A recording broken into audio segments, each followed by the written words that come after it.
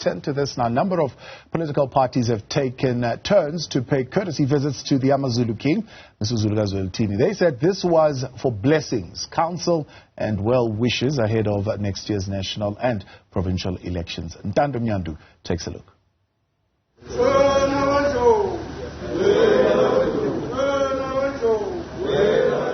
The reigning Zulu King, His Majesty Misuzulu kaZwelithini, has proven to be popular amongst political parties. Well, at least to the most prominent in the country's political landscape. Leading the pack on what has been dubbed courtesy visit was the African National Congress. One noticeable visit was that of the Inkatha Freedom Party, founded and led by the late Prince Mangosuthu Buthelezi, who was also the longest-serving Prime Minister to the Zulu nation and monarch. He is perceived to have been critical and instrumental for King Misuzulu's ascension to the throne. Led by the party's president Velenkosi Hlabisa, the IFP leadership pledged its support and allegiance to the Zulu King. Hlabisa said it was the late Prince Mangosuthu Buthelezi's wish for the KwaZulu-Natal legislature to be moved from Pietermaritzburg to Ulundi. And on the question of land under the Ingonyama Trust, Hlabisa said the IFP will fight to ensure that it remains functional and benefits the relevant beneficiaries. The foremost interest of our country is the fundamental wealth we hold in our land.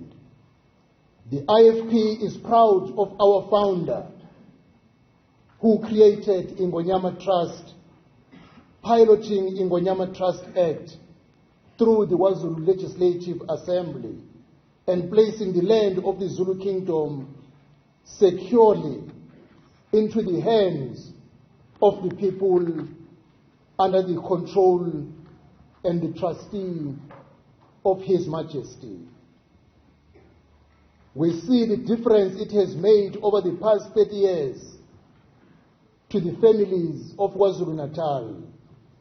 With Prince Zuzifa present, the Zulu King took to the podium and vowed to work with the IFP on matters concerning the Ingonyama Trust and on the subject of who will succeed the late Umntwana kaPhindangene, Prince Mangosuthu Buthelezi, as the next Prime Minister to the Zulu nation.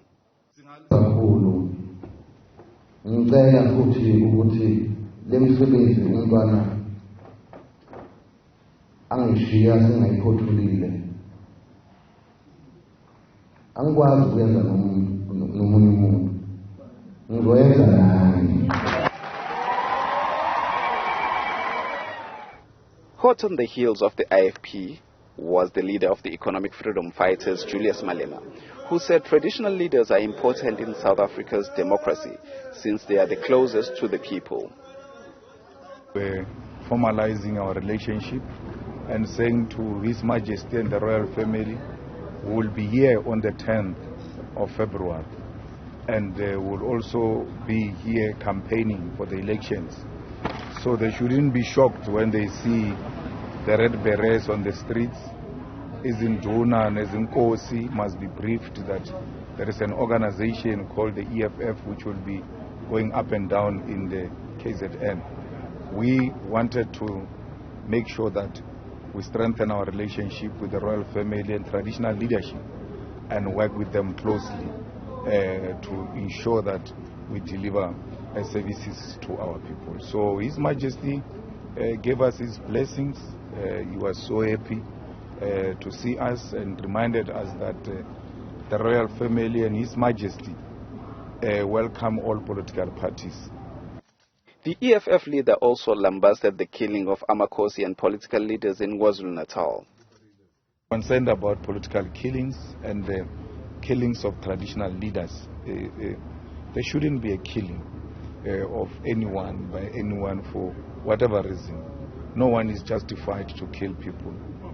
And the political killings here in KZN also concern us. And we've always made a call from our side as the EFF to have our members well behaved during the campaign, never to remove other people's posters, never to stop anyone from campaigning, never disrupt meetings of others, because we want the highest form of political tolerance, especially in KZN. On that very same night, the DA's chief whip in the Umgeni municipality, Councillor Ntando was killed. What I can say is what's come to light is there's been some unhappiness about disconnections of people who are using electricity illegally.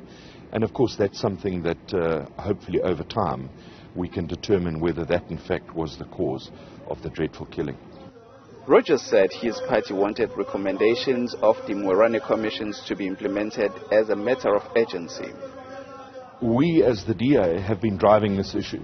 Just a few months ago, I wrote to all the political leaders in the province of KwaZulu-Natal and invited them to a dialogue, a roundtable dialogue, to look at the Morane Commission report, to look at the resolutions, and through an independent mediator, chairperson, come up with a way forward.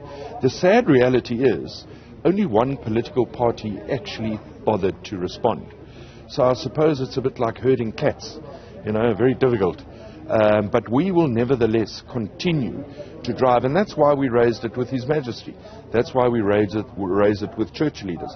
That's why I have regular engagements with Lieutenant General Mkunazi of SAPS, because it's a collective effort. With next year's elections fast approaching, political parties are seen to be employing every trick in the book to attract the electorate.